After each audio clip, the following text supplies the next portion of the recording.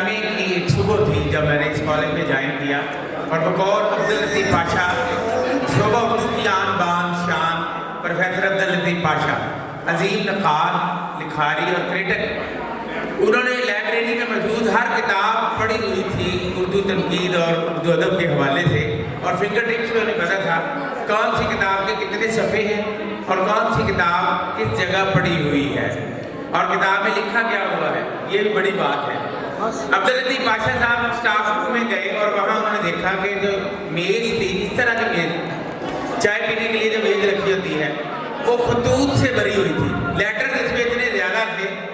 जब उन्होंने उन खतों को पढ़ा तो उन पर लिखा हुआ था प्रोफेसर रियाज अहमद कादरी शोबा उर्दू गवर्नमेंट कॉलेज समनाबाद। ये उसका नाम था college, government college Samanabad Faisalabad. वो हैरान हुए कि शोबा उर्दू में ये रियाज अहमद कादरी कौन